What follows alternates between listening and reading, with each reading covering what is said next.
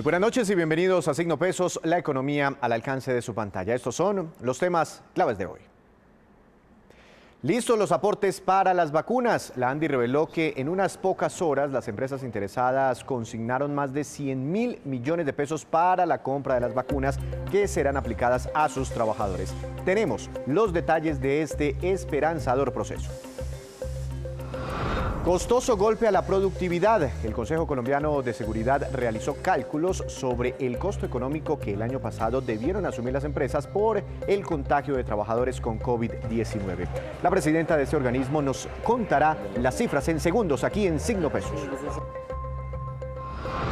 Lupa al marco fiscal de mediano plazo. El Departamento de Investigaciones Económicas de Bancolombia evaluó los aciertos y los desfases de esta hoja de ruta trazada por el Ministerio de Hacienda para los próximos 10 años. Juan Pablo Espinosa, autor de este estudio, nos cuenta su análisis. Comenzamos esta emisión de Signo Pesos hablando de un tema esperanzador y ligado directamente a la reactivación económica del sector empresarial, la reactivación del país. Se trata del proceso de vacunación a trabajadores por cuenta del sector privado, el cual está por comenzar en cientos de empresas. El presidente de la ANDI, Bruce McMaster, reveló detalles de este proceso que ya cuenta con más de 119.000 millones de pesos recaudados. Veamos. Desde febrero, los empresarios venían solicitándole al gobierno nacional poder apoyar el proceso de vacunación que se adelanta en el país. Tras la resolución del Ministerio de Salud que dio luz verde, esta semana finalmente se concretó el proceso para la obtención y aplicación de vacunas que lidera la ANDI, que respaldan 29 gremios más. Logramos una oferta de 2.500.000 vacunas. Eso es un número importantísimo de vacunas.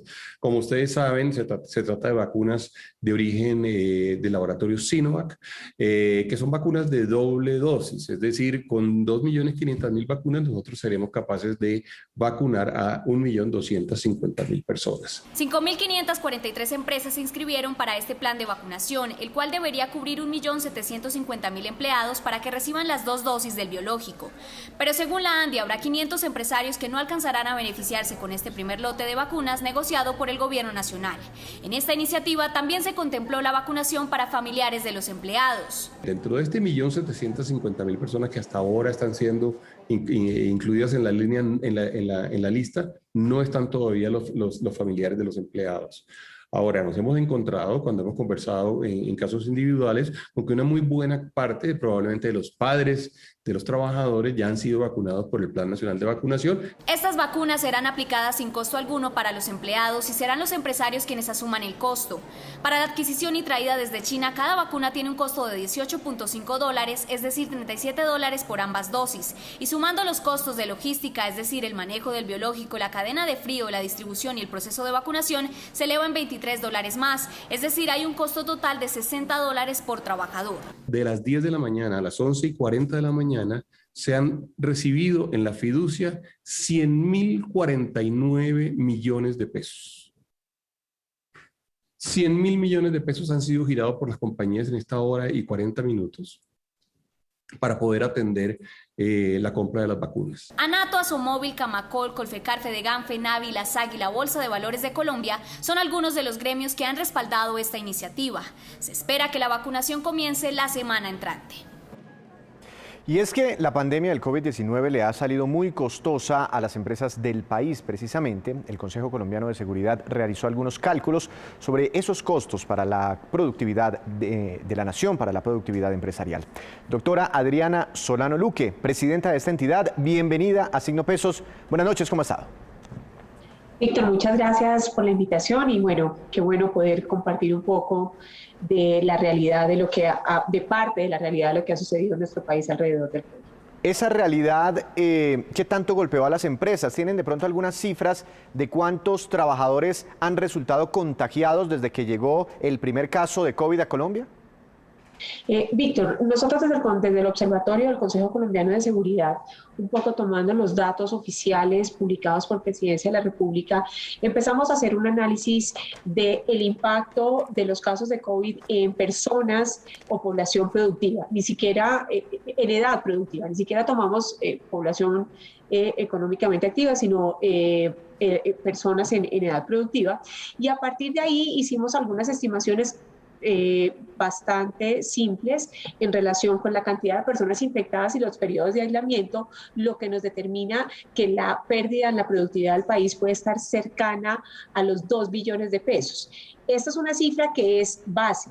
Aquí no estamos mirando el impacto de la muerte de los trabajadores, las personas que han tenido una secuela temporal o permanente, el tema de lo que ha sido para el sistema de salud, todo el tema de prestación. O sea, como digo, es solamente impacto directamente en la productividad de esta población. Es decir, que si no miramos las pérdidas por menores ventas, etcétera, otro tipo de efectos en productividad, ¿esa es la cifra? ¿2 billones de pesos perdidos para las empresas? Así es, un poco es como la base, ¿no? El impacto del COVID visto netamente en la tasa de contagios de esa población, teniendo en cuenta un poco algunos análisis muy simples, pensando que la población económicamente productiva pues solamente devengaba un salario mínimo, por eso digo que es al menos, Claro. pues llegamos a un total de 2 billones de pesos, o sea, esto puede ser un número superior en la medida en que el impacto, pues no hay cifras todavía ya específicos por grupos poblacionales, ni tampoco estamos teniendo el impacto por los periodos de confinamiento y las pérdidas económicas. Y tampoco estamos teniendo el costo directo en prestaciones asistenciales, secuelas, muertes de trabajadores, y estamos mirando netamente ese ausentismo y ese costo de ausentismo en general, cuánto está impactando. ¿Y ese costo lo tiene que asumir la empresa o de pronto la EPS o algún tipo de seguro o de mecanismo de protección social? Víctor, aquí hay diversas características. En algunos casos, sobre todo cuando ha habido hospitalización y hay una incapacidad, pues es la ARL, si fue de origen laboral, o es la EPS si es de origen común. Pero yo creo que más allá, tal vez lo que vale la pena y lo que es importante llamar la atención es que es la productividad del país la que ha perdido 2 billones de pesos, independientemente de quién le haya costado, independientemente de que lo haya asegurado.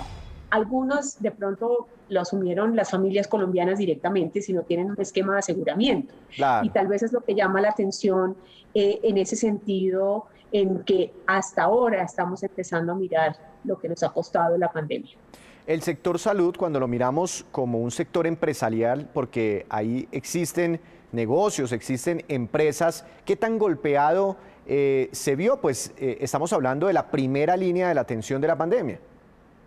Sí, Víctor, definitivamente fue el sector que sin lugar a dudas pues le tocó asumir esa primera línea, como usted lo dice, y se registraron cerca de 47.450 casos en lo corrido del 2021, o sea, en lo que llevamos en esta parte del año.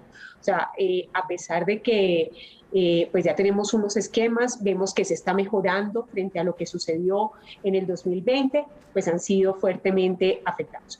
Lo que es cierto en estos momentos es que ellos también, al ser esa primera línea, fue el grupo del sector económico más afectado. Y de alguna manera no estamos viendo tampoco en ese sector económico el impacto de las secuelas en la productividad de ellos. O sea, podemos tener un número de médicos importantes que de pronto no han podido ejercer sus labores ya como estaban antes de la pandemia, antes de padecer la enfermedad. Han habido trabajadores del sector de la salud que han fallecido y eso tiene un impacto directo en la productividad. Sin lugar a dudas es el sector más afectado, sobre todo porque tenemos unas cifras muy claras con ellos en la medida en que el gobierno nacional desde mayo del 2020 determinó para estos prestadores de salud que el COVID era una enfermedad de calificación directa. Entonces, aquí la cifra se ve como el crecimiento puede ser cercano al 500% entre el 2019 y el 2020, que está representado en gran medida con el sector salud. ¿Cuánto podríamos, no sé si ustedes tienen esa evaluación, tardarnos en recuperar todo esto que perdimos, en recuperar esa productividad, en volver a los niveles prepandemia? Sí, Víctor, aquí hay unas cifras bien interesantes de OCDE, donde han hecho algunos análisis de cómo va a ser la reactivación económica de diversos países. Para Colombia están determinando que ellos creerían que a finales del 2022 estaríamos en niveles antes de la pandemia. Definitivamente Latinoamérica, cuando uno ve ese análisis de OCDE, pues es una región bien afectada por la pandemia, por el COVID. No, pues China fue uno de los países que más rápido regresó a los niveles Ya pre-pandemia. bien. Sí, Estados Unidos en estos momentos está registrando crecimientos impresionantes, cifras de desempleo previas a la pandemia, en fin, y como dice usted, Colombia se espera que regrese a ese nivel de producción apenas en el 2022. El proceso de vacunación, ¿qué tan clave es para el sector privado ahora que están participando de la vacunación masiva en Colombia? Es vital, Víctor. Mire, cuando vemos ejemplos de lo que está pasando en Estados Unidos, de hecho en países como España, que ha logrado detener el número de contagios, ahí la clave ha sido avanzar en el proceso de vacunación. Y esa iniciativa que hemos liderado los privados se vuelve vital para poder avanzar y controlar el contagio y el número de contagios en la pandemia y poder tener esta reactivación económica un poco más segura. Lo que es cierto es que ya el mundo está viendo que avanzar en vacunación se vuelve súper eficiente para controlar la pandemia. Eso es sin olvidar que no podemos perder las medidas de autocuidado y todos los protocolos de bioseguridad que pues definitivamente se vuelve parte como del día a día y de la rutina mientras esta situación se dé. Pero quiero insistir y además agradecer un poco esa vinculación de los empresarios que hemos tenido para poder apoyar ese proceso de vacunación. Aquí lo que tenemos que hacer es que los colombianos entremos a vacunarnos. Se vuelve, y eso es un tema de todos, Claro. aquí a cada cual lo que le corresponde. Pero volviendo al tema de pérdidas y de costos, $60 como la cifra que nos acaba de entregar la ANDI, que costaría el esquema completo por trabajador, unos 227.000 pesos.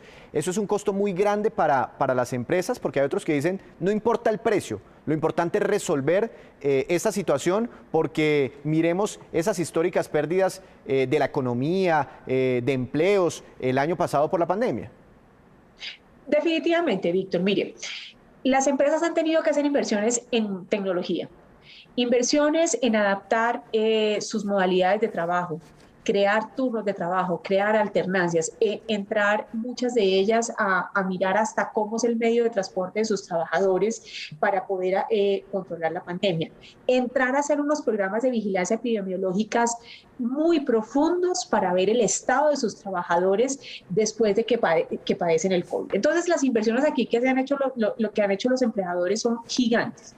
Luego, hablar de vacunación con un método, digamos que con experiencias efectivas, como estamos viendo en países que ya está sucediendo, pues se vuelve casi como el mecanismo idóneo para hacerlo, teniendo en cuenta que ha sido ya eficiente. O sea, hay países que han logrado su nivel de contagio gracias a los programas de vacunación masivos. Y esta es la apuesta. Al final, doctora Solano, pues también las empresas están ayudando a salvar vidas. Yo he hablado por ahí con unas personas y dicen, yo prefiero a que me den por ahí un bono, un regalo de fin de año, prefiero que me pongan la vacuna, que me ayuden con eso desde el sector privado. Doctora Solano, muchas gracias. Feliz noche, gracias por estar aquí en Signo Pesos. Muchas gracias a ustedes por la invitación. Hablando entonces de los costos, todavía seguimos calculando costos, efectos negativos. Regresamos a Signo Pesos. Hace una semana aproximadamente el Ministerio de Hacienda, a través del ministro José Manuel Restrepo, presentó, aquí les contábamos, el marco fiscal de mediano plazo, que es esa hoja de ruta en el manejo financiero de la nación para los próximos 10 años. Doctor Juan Pablo Espinosa, director de Investigaciones Económicas de Bancolombia. Buenas noches, bienvenido a Signo Pesos. Hola, Víctor, un saludo muy especial para usted y para toda la audiencia. Doctor Espinosa, ya varios días de tiempo se tomaron ustedes para analizar con detenimiento todas estas cifras del marco fiscal de mediano plazo, que es un documento muy importante para los mercados, para el país, para nosotros los colombianos debería ser muy importante. ¿Cuál es la primera impresión? Bueno, Víctor, empezando por decir que efectivamente es un documento muy importante, pero también muy complejo, tiene mucha información, estamos hablando de más de 400 páginas llenas de cualquier cantidad de detalles técnicos y de cifras. Entonces realmente hay que escudriñar con mucho detenimiento todo lo que hay dentro de él para llegar a una conclusión, y la verdad es que es muy difícil en una sola frase poder decir, digamos, si es positivo o negativo. Por el contrario, nosotros lo que destacamos es una serie de puntos tanto positivos como negativos y ciertos elementos de reflexión que nos quedan hacia adelante sobre todo lo que puede pasar a partir de este segundo semestre con la publicación y con toda la discusión alrededor de la reforma fiscal que el gobierno está construyendo en este momento. Para ser optimistas, ¿qué le dieron de positivo ustedes al marco fiscal de mediano plazo? Bueno, tal vez yo empezaría por decir que las proyecciones son tan buenas como lo realista que sean los supuestos con base en la que uno los construye. Y una cosa positiva de este documento es que todo lo que tiene que ver con el crecimiento de la economía esperado, con el precio del petróleo, con esas variables que tienen al final del día una incidencia muy importante sobre las finanzas públicas, pues son escenarios que nosotros consideramos bastante razonables, y en ese sentido es una diferencia frente a años anteriores en donde se veía tal vez un optimismo un tanto excesivo. El otro elemento que me parece también es muy importante y que es una diferencia sustancial frente a lo que el gobierno afirmaba a principios de la pandemia es que se reconoce que todos los apoyos que se han tenido que adaptar en materia de atención de la emergencia sanitaria y también del apoyo social, pues no se van a poder desmontar rápidamente. En ese sentido, el gobierno lo que está proponiendo es que la política fiscal de apoyo a la economía y a la sociedad colombiana pues dure un tiempo suficiente para que muchas de las secuelas que dejó pues toda esta crisis puedan ser remediadas. Y el último elemento que tal vez para el gran público no es tan visible, es un tema que de pronto quienes nos dedicamos a mirar en más detalle los parámetros logramos encontrar, pero que al final del día terminó siendo una fortaleza muy importante, es que Colombia realmente en materia de su manejo del endeudamiento público pues está en un nivel muy alto. Nosotros no somos ni una Argentina ni un Venezuela que tenga unos problemas de pago de deuda apremiantes, y eso realmente le da al país tiempo y margen de maniobra para poder ir resolviendo paulatinamente sus problemas fiscales sin que eso implique, digamos, incumplimientos con sus acreedores, sobre todo los internacionales. Ya le voy a preguntar, doctor Espinosa, sobre esas cifras de endeudamiento particularmente, pero cuando uno mira el marco fiscal de mediano plazo, eso es una sopa de números, eso es difícil de entender, pero usted que sí sabe interpretar esas cifras, cuando ve esos descensos, esas gráficas, etcétera, los colombianos pueden esperar que en el corto y en el mediano plazo, según los cálculos del gobierno en este momento, se van a mantener todos esos programas que nacieron, todas esas transferencias que nacieron durante la pandemia, no sé, ingreso solidario, los apoyos a las empresas, apoyos a muchos vulnerables en el país. ¿Esos números reflejan la permanencia en el tiempo de todos estos programas?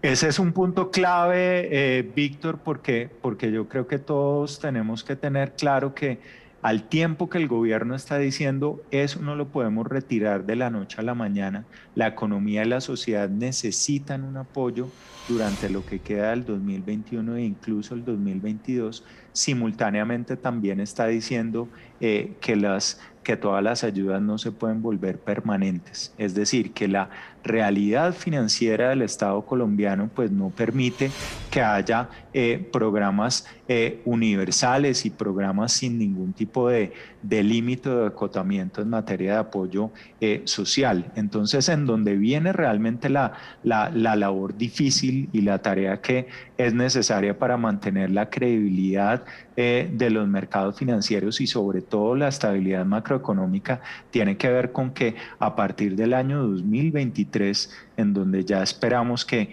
hayamos dejado atrás la página de la pandemia, pues vamos a tener entonces que desmontar buena parte de esos apoyos y por otro lado, pues digamos hacer el esfuerzo en materia de ingresos que se necesita para pagar esas deudas que adquirimos en este tiempo. Entonces es esa digamos, ese contraste o Claro. ese reconocimiento de que en los próximos meses y también un poco en el 2022 habrá apoyos en materia fiscal, pero que a partir de el 2023 va a ser necesario un esfuerzo de austeridad importante. Doctor Espinosa, antes de la pandemia el nivel de endeudamiento de Colombia se acercaba más o menos al 50% del PIB. Ya era alto, ¿no? Ya había advertencias de las calificadoras y de muchos analistas. Llega la pandemia, se dispara inclusive por encima del 65% del PIB y mirando ese marco fiscal, yo nunca vi hacia adelante, o por lo menos en los próximos 10 años, sí baja un poquitico la curva, pero nunca veo el endeudamiento bajando del 60%. ¿Por qué les preocupa eso? Bueno, Víctor, eso es preocupante porque realmente a medida que el endeudamiento va subiendo, pues se va configurando una situación en donde ya la carga de esa deuda, el pago de intereses y sobre todo la necesidad año a año de tener que ir financiándose más para atender el servicio de esos pasivos, pues se va haciendo mucho más pesada. Y en ese sentido los economistas tenemos un término que se llama la sostenibilidad de la deuda pública, que si nosotros llevamos eso a la realidad, por ejemplo, de una familia, es cuánto, hasta dónde realmente una persona, una familia o el Estado en este caso puede llegar a endeudarse de modo que esa deuda sí pueda ser pagada con una alta probabilidad. Entonces, lo que nos muestra este marco fiscal es que Colombia, después de ese gran aumento del endeudamiento que hemos tenido en estos 2 últimos años, que se suma a lo que venía de atrás, pues va a estar muy cerca de ese umbral que ya técnicamente está definido como una situación en donde la deuda se puede tornar insostenible. Entonces, ¿en dónde está tal vez el principal desafío, la principal amenaza? Que en los años siguientes, 2022, 2024 aproximadamente, vamos a estar muy cerca de ese límite, de modo que si llega cualquier evento, pues no nos imaginamos pues que vayamos a tener otra pandemia en tan corto tiempo, ni mucho menos, pero si hay cualquier acontecimiento que nos pueda de alguna manera desviar del rumbo de recuperación que estamos tratando de consolidar, pues muy probablemente el país estaría alcanzando esos límites y por lo tanto teniendo que afrontar una situación pues que realmente sería bastante desafiante. Los analistas hablan de los ajustes fiscales. Los ajustes fiscales son, por ejemplo, la reforma tributaria que se va a tramitar en unos días, el esfuerzo de la sociedad o parte de la sociedad para ayudar con esos ajustes. Otro ajuste podría ser austeridad en el Estado. En fin, esos ajustes para que baje el endeudamiento y el déficit, para que baje por unas escaleras y pegue unos brincos hacia abajo, ¿son únicamente en el corto plazo o usted ve que los próximos gobiernos que lleguen también tienen que hacer ese tipo de esfuerzos? Pues precisamente ahí está el otro punto que deja inquietudes de esta estrategia fiscal que propone este documento, y es que la responsabilidad de hacer la mayor parte del ajuste que va a venir después de la pandemia no le va a tocar a esta administración, sino que por el contrario va a tener que hacerse del 2023 en adelante. De modo que llegamos vamos a estar en una situación en donde el gobierno que llegue, pongámosle el nombre que sea, va a tener o va a recibir la casa ya con un lineamiento de que no va a poder gastarse más que un determinado límite, y eso indudablemente pues va a ser un desafío en materia no solamente de manejo fiscal, sino de economía política, es decir, cómo manejar todas las expectativas que vienen lógicamente después de un proceso electoral, y cómo también resolver a muchos grupos de la sociedad que están en este momento pues reclamando un mayor apoyo de parte del Estado. De modo que sí encontramos eso como un elemento que va a ser un reto para los próximos años, y por eso nos parece tan importante que es clave que antes de las elecciones del 2022 pues pueda tratar de dejar la cancha demarcada y las reglas de funcionamiento de la estrategia fiscal en la mayor medida posible, pues a través de esta reforma que va a empezar a discutirse en el segundo semestre y que, ojo, quiero destacar que no solamente se trata del tema tributario, sino también modificar la regla fiscal para justamente dejar esas reglas del juego predefinidas de antemano. Regla fiscal que incluya también metas de endeudamiento. Ojalá eso es lo que está pensando el gobierno. Doctor Espinosa, muy interesante este análisis que hace Bancolombia del marco fiscal. Que tenga una feliz noche. Gracias por estar aquí en Signo Pesos.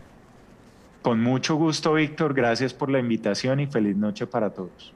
Después de esta charla con Bancolombia, hacemos otra breve pausa, pero ya les contaremos sobre la llegada de una nueva compañía del sector de la tecnología a Colombia. Detalles en la movida empresarial con Juan Fernández. Ya volvemos.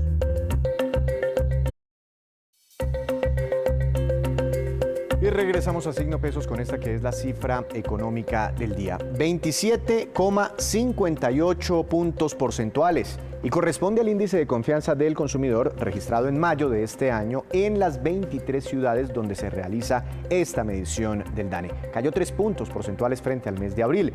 Según el informe Pulso Social revelado hoy, se trata del nivel más bajo en la confianza del consumidor en los 11 meses que lleva esta nueva encuesta mensual del DANE. Para Juan Daniel Oviedo, director de esta entidad, la caída obedece a que en mayo confluyeron el tercer pico de la pandemia, restricciones de movilidad, el paro nacional, los bloqueos, toda esa difícil situación social que vivimos en Colombia. Y desde hoy dejó de operar la reconocida plataforma de entregas domicilios.com. A través de Twitter, la compañía agradeció a su clientela y anunció que ahora prestará servicios a través de la aplicación iFood. Como les habíamos anticipado aquí en Signo Pesos, el pasado 29 de marzo, las dos compañías se fusionaron.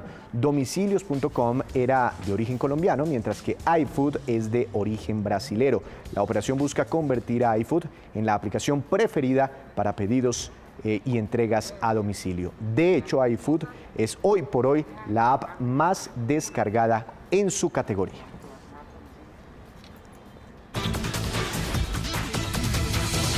A propósito de empresas y negocios, Juan Fernández nos cuenta detalles de un nuevo competidor que acaba de incursionar en Colombia para brindarle soporte tecnológico a un sector muy importante de la economía. Veamos la movida empresarial con Juan Fernández. 2021. La chilena Justo, una compañía de tecnología que habilita restaurantes y comercios su propia plataforma de comercio electrónico, está llegando a Colombia con una inversión de $1 millón. La empresa, valorada en $100 millones, ya se encuentra en Chile, México y Perú. Promete ayudar a restaurantes y comercios a tomar el control de su negocio. Eso significa realizar desde la toma de pedidos hasta el servicio de entrega a domicilio. De paso, lograr llevar independencia digital mediante un sitio web o un carro de compra propio para que los comercios puedan vender sus productos en línea y conectar con sus consumidores. Justo, que suma más de 2.500 restaurantes en Chile, cerca de 600 restaurantes en México y 500 en Perú, nació en 2018 después de identificar la necesidad de ofrecer soluciones de comercio electrónico y esa posibilidad de contar con un servicio de domicilios de última milla, de los que ya hacen parte unos 60.000 asociados. Al final se trata de una compañía que llega a competir con plataformas como Rappi o iFood. La diferencia puede estar en esa ayuda que brindan, sobre todo a los más pequeños y mucho presupuesto, de hacer un e-commerce. En Colombia ya se han sumado a la plataforma marcas como Spoleto, Sierra Nevada o Toy Express. Gracias, Juan. Ahora vamos con estos que son los indicadores económicos que usted siempre debe conocer antes de irse a dormir. Tasa representativa del mercado que regirá para mañana. Dólar será de 3.773 pesos con 11 centavos. Cayó 11 pesos con 34 centavos en la medida en que el petróleo de referencia Brent se sigue trepando. Hoy subió 0,70%. Se ubicó en $75 con 33 centavos por barril. No se ubicaba por encima de los $75 desde octubre del año 2018. El precio interno del café colombiano subió también y quedó en promedio para mañana a 1.430.000 pesos por carga. Se acerca a máximos históricos nuevamente. Índice MSCI Colcap de la Bolsa de Valores de Colombia subió 0,34%, la acción más valorizada y protagonista. Grupo Energía Bogotá con una ganancia de 3,69%. Le siguen aplaudiendo los mercados la nueva alianza de este grupo capitalino con su socio Enel, de lo que hablamos anoche aquí en Signo Pesos. Y la acción que más cayó fue Terpel, con un retroceso de 3,14%. Antes de despedirnos, los dejo con datos muy interesantes como siempre. Google sigue siendo el rey indestronable en cuanto a motores de búsqueda se refiere, por lo menos aquí en América Latina. Según el análisis del portal Statista, ese es el nivel de uso de cada portal de búsqueda durante el último mes en países de esta región del mundo. Google lo usan entre el 98 al 100%. Yahoo, que es otro buscador, si no lo sabía, entre el 20 y el 30%. Bing, 15 a 20%. Search, del 10 al 17%. Y ASK, del 5 al 12%. Así terminamos por hoy, pero los esperamos mañana con una nueva emisión y con toda la información económica que usted necesita saber. Esto es Signo Pesos, economía al alcance de su pantalla. Que tenga una feliz noche.